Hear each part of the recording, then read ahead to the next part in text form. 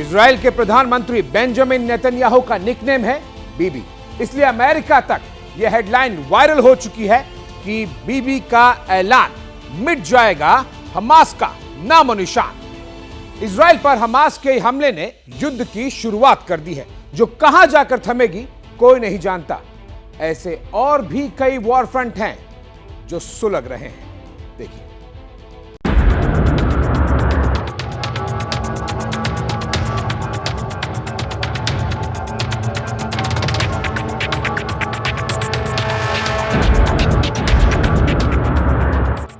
तारीख 1 अक्टूबर 2023, जगह तुर्की की राजधानी अंकारा। तुर्की की संसद के बाहर जोरदार धमाका हुआ, जिसने वहां की एर्दोगन सरकार को हिलाकर रख दिया। यह हमला ऐसे वक्त में हुआ जब गर्मियों की छुट्टियों के बाद तुर्की की संसद का सत्र शुरू होने वाला था। सुबह 9:30 बजे 2 आतंकी सैन्य वाहन के जरिए संसद के बाहर पहुंचे। इससे पहले कि किसी को कुछ समझ में आता, एक हमलावर ने खुद को उड़ा लिया। शुरुआती जांच में कुछ सामने नहीं आया, लेकिन जैसे जैसे जांच आगे बढ़ी तो तुर्की से अलग कुर्दिस्तान बनाने की मांग कर रहे गुटों का नाम सामने आ गया। कुर्दिस्तान वर्कर्स पार्टी ने इस हमले की जिम्मेदारी ली, जिसे जवाब देते हुए तुर्की की सरकार ने पहले इराक के कुर्द बहुल इलाके पर एयर स्ट्राइक की, फिर 6 अक्टूबर यानी शुक्रवार को सीरिया के उत्तरी इलाके को निशाना बनाया। यहां मौजूद कुर्द लड़ाकों के ठिकानों को हवाई हमले से उड़ा दिया गया। तुर्की ने भले ही संसद के बाहर आतंकी हमले का जवाब एयर स्ट्राइक से देकर सख्त संदेश दिया है, लेकिन जिस तरह से कुर्द लड़ाकों ने तुर्की की संसद के बाहर आत्मघाती हमला किया, उससे साफ है कि कुर्दिस्तान के नाम पर वॉर फ्रंट खुल सकता है और बारूदी जंग भड़क सकती है।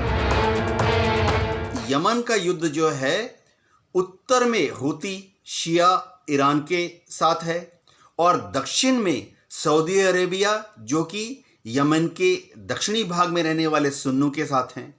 तो ये जो युद्ध है सुन्नी वर्सेस शिया बन गया है। सब लोग अगर बैठकर उत्तर में ईरान को समझाएं और इधर सऊदी को समझाएं कि वह यमन के आंतरिक मामलों में दखल ना दें और यमन के लोग, यमन के जो उत्तर में हूती हैं और दक्षिण में जो सुन्नी हैं, वह आपस में बैठकर एक देश के नागरिक जैसे मिलजुल कर रहते हैं, मिलजुल कर चलते हैं, उस तरह से आगे बढ़ें। इसके अलावा यमन की समस्या का और कोई भी समाधान नहीं है।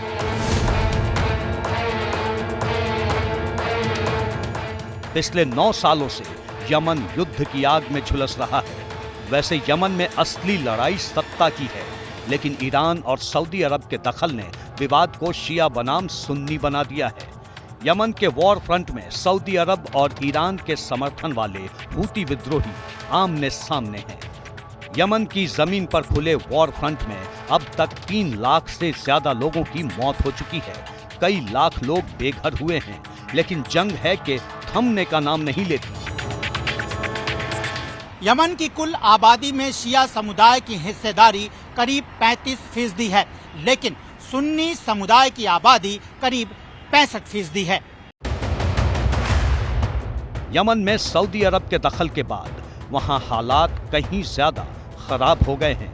युद्ध के इस फ्रंट पर न सऊदी अरब पीछे हट रहा है और न ही ईरान के समर्थन वाले हूती विद्रोही।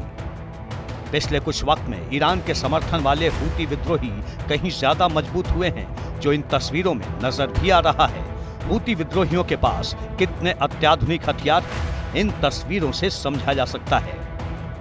ये तय किया गया था कि यूक्रेन नेटो की तरफ नहीं जाएगा, नेटो की सदस्यता नहीं लेगा और वो एक न्यूट्रल कंट्री बनकर रहेगा। लेकिन यूक्रेन आहिस्ता आहिस्ता नेटो की तरफ जाने लगा और फिर खुल्लम खुल्ला नेटो में शामिल होने के लिए उसने एप्लीकेशन दी।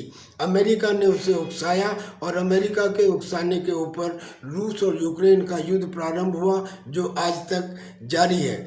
इस युद्ध के दुखद परिणाम पूरी दुनिया देख रही है, पूरी दुनिया के ऊपर इस युद्ध का असर हो रहा है।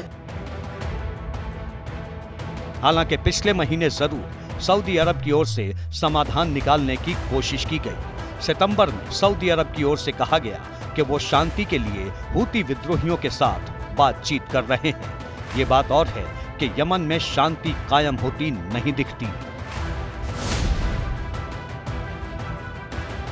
एक साल से भी ज्यादा वक्त से यूक्रेन और रूस के बीच युद्ध जारी है। दोनों ओर से बमबारी और गोलाबारी की जा रही है। यूक्रेन के कई शहर तबाह हो चुके हैं। मिसाइल और ड्रोन अटैक से घर के घर तबाह हो चुके हैं। 24 फरवरी 2022 को रूस ने यूक्रेन पर हमला बोला था। तब से लगातार दोनों देशों के बीच वॉर फ्रंट खुला हुआ है, जो अब तक हजारों लोगों की जान ले चुका है। यूएन की रिपोर्ट के मुताबिक अब तक वहां करीब 10,000 लोग युद्ध में मारे गए हैं। इनमें 500 से ज्यादा बच्चे शामिल हैं।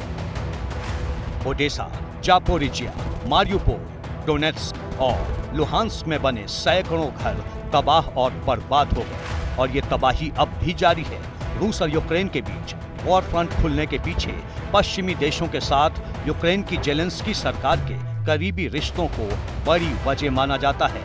हालांकि रक्षा विशेषज्ञ इसके पीछे और भी कई कारणों को जिम्मेदार मानते हैं।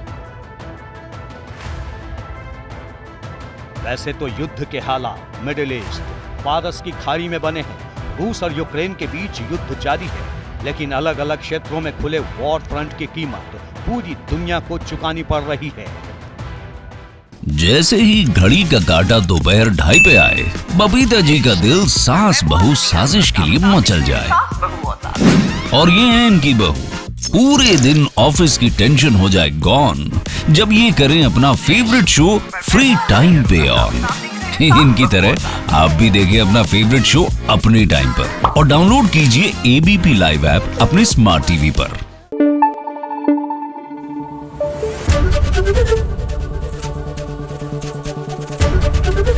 एबीपी न्यूज आपको रखे आगे।